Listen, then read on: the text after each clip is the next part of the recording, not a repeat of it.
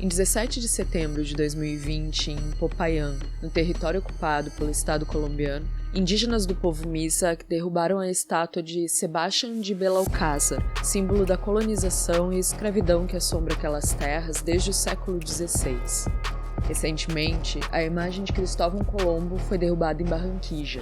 O êxtase da população na euforia da derrubada viralizou na internet.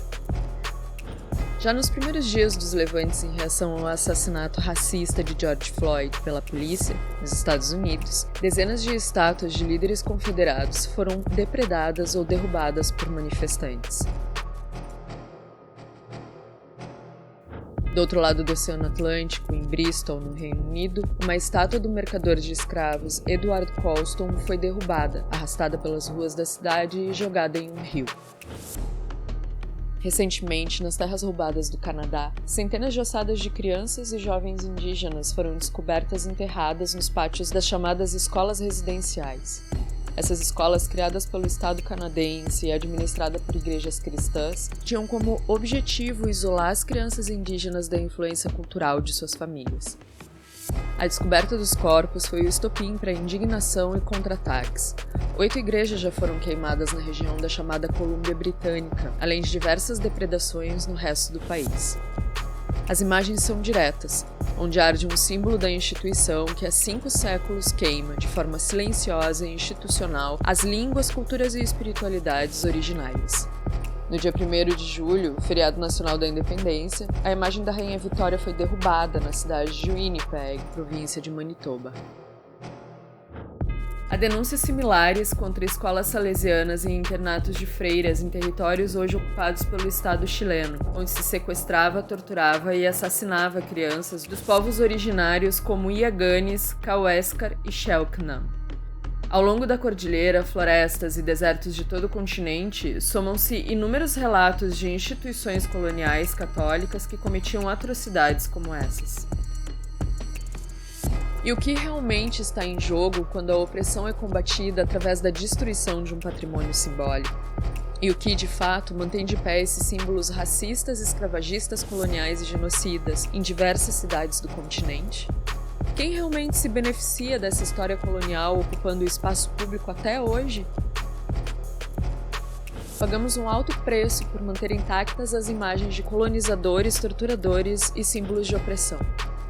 Enquanto memoriais foram erguidos nos países vizinhos após processos de anistia, no Brasil ainda vemos o Estado defender a tortura e o aculturamento forçado, junto ao sequestro de crianças indígenas em pleno século XXI. Com a intensificação do Estado militar e religioso, o discurso de missionários salvando crianças de práticas culturais indígenas reforça o preconceito e a violência contra culturas originárias.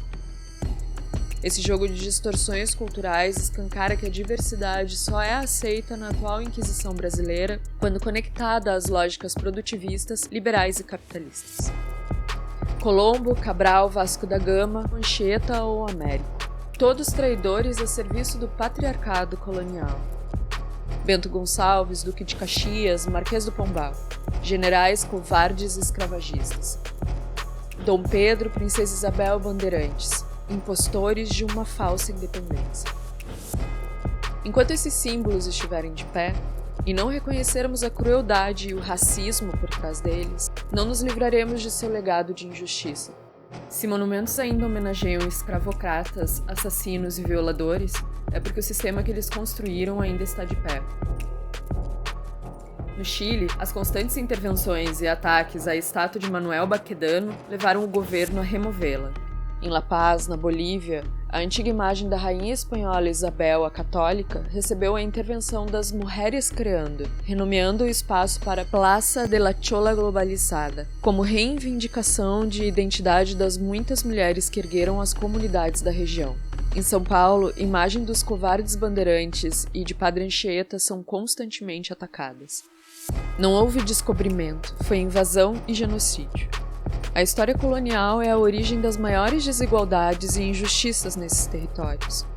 Quanto mais alta a igreja, mais profunda é a ferida e as manchas de sangue deixadas por ela.